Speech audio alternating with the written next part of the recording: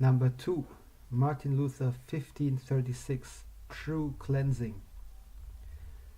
Sin remains then perpetually in this life until the hour of the last judgment comes, and then at last we shall be made perfectly righteous. First he purifies by imputation through faith. Thereupon the Holy Spirit cleanses further in actuality, also through effect. The philosophers do not understand this. Martin Luther: just as I do not willingly hear faith called a work, so I do not willingly hear righteousness, charity, or love called a quality in theology, although it is allowable enough on philosophy. Look at Acts, where there is a debate concerning Jews or against Jews.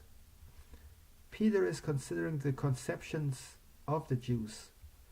For the Jews believed the Gentiles to be unclean, just as Peter himself believed, before that vessel was let down from heaven, like a great sheet, in which were all kinds of four-footed animals, beasts of the earth, reptiles and birds of the air, all of which Peter considered unclean, but which God really considered clean. Accordingly, Peter wants to say that God purifies the Gentiles whom you Jews judge to be unclean. You judge them to be godless, but God justifies them. The word for purifying, moreover, in Acts is the word for imputing. To purify the heart is to impute purification to the heart. God cleanses the Gentiles, that is, he considers them cleansed because they have faith, although they are really sinners.